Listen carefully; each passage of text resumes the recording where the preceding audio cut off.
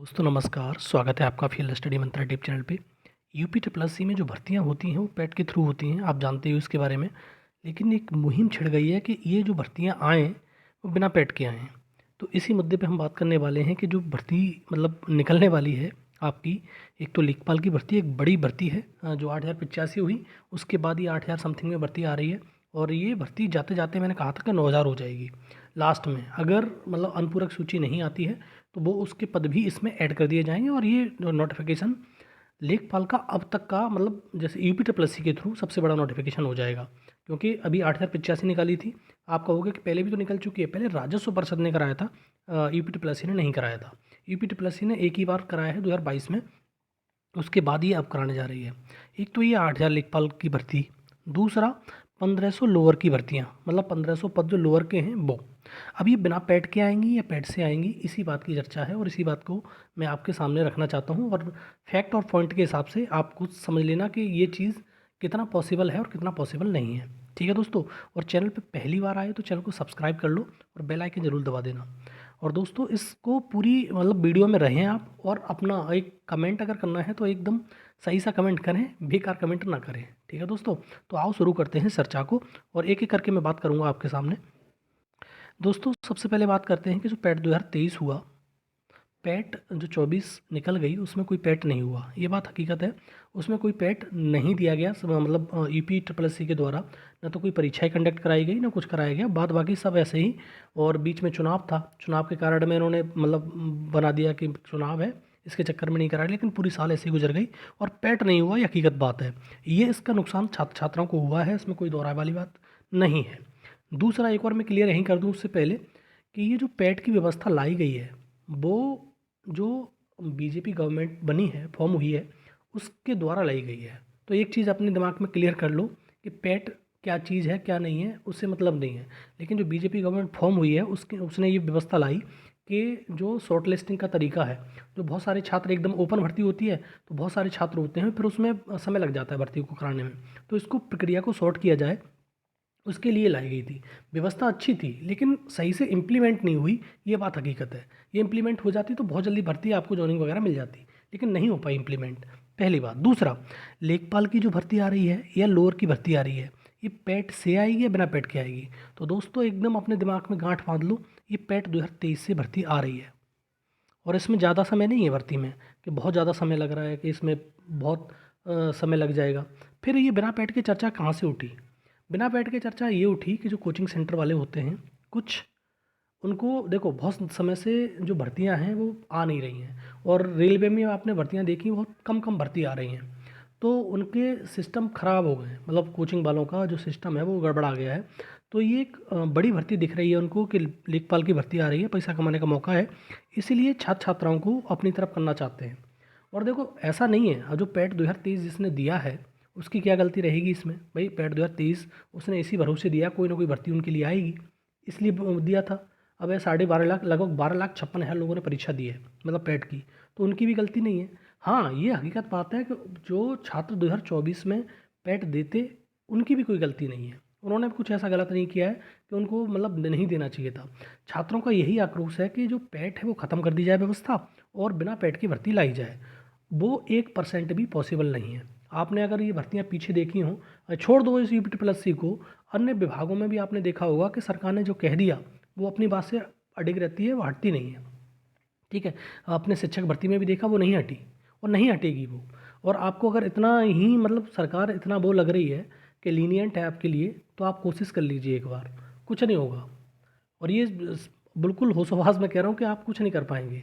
आप अपना समय बर्बाद कर रहे हैं, अपनी ऊर्जा बर्बाद कर रहे हैं, और कुछ नहीं है इसमें। आप उनके बहकावे में मत आइए। आप, मैं फिर कह रहा हूँ, पैट 2025 आ रहा है, उसकी तैयारी करिए।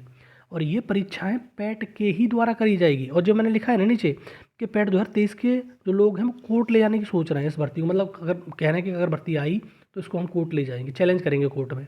किस बेहाफ पे करेंगे आप चैलेंज? पिछली बार क्या कोर्ट जो तुम्हारी पैट की वैलिडिटी नहीं बढ़ी है? वैलिडिटी बढ़ाई गई है। पिछली बार का भी देखो, नोटिफिकेशन निकाल के देखना आप, पैट 2022 की वैलिडिटी को एक्सटेंड किया गया था।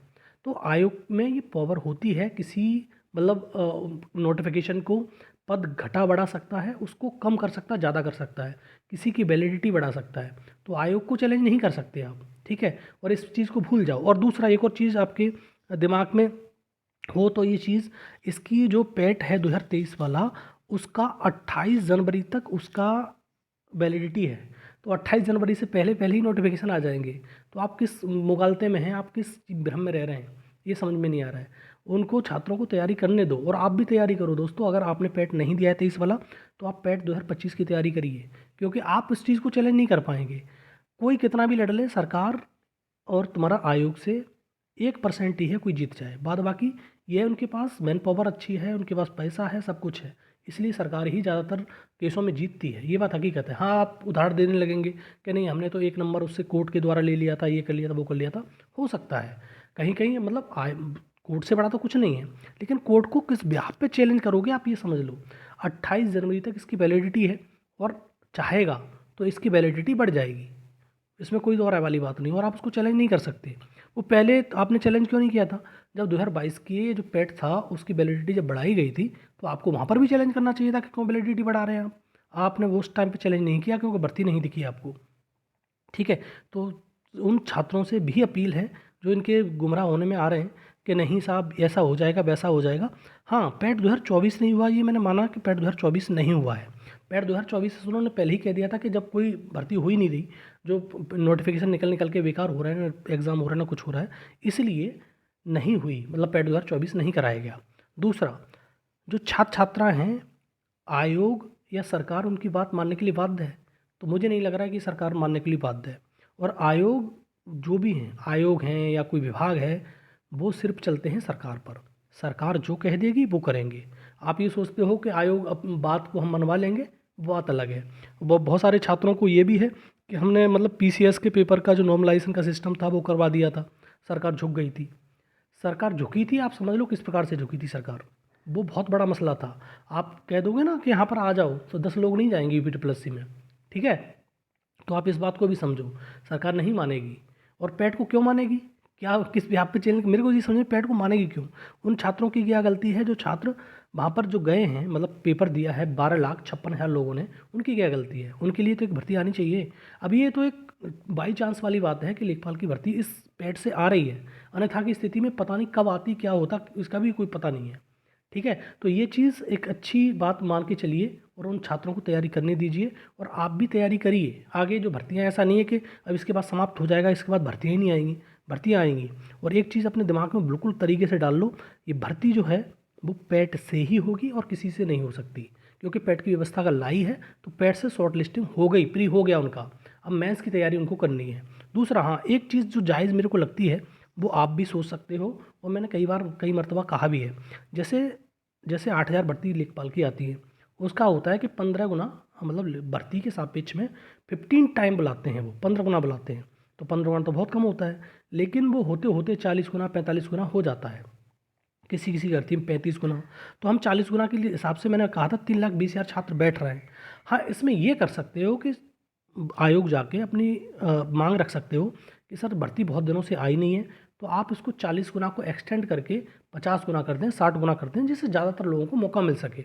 ये एक आपकी बात जायज़ है।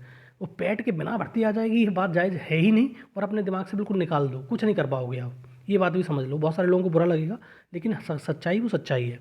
और ये तुम्हारी जैसे 8,000 का 50 हो जाएगा, तो ये तुम्हारा 4 लाख हो जाएगा, ठीक है। तो ये ज़्यादातर लोगों को मौका मिल जाएगा, बहुत सारे कम नंबर पे हो जाएगा। और जैसे मैंने पहले भी बताया था, 21 नंबर 22 नंबर वाले एकदम सुरक्षित हैं, इसमें इसमें कोई दिक्कत नहीं है। पैट में अगर 21-22 नंबर हैं आपके, तो आपको देने का मौका मिल रहा है, बस इतना समझ लीजिए।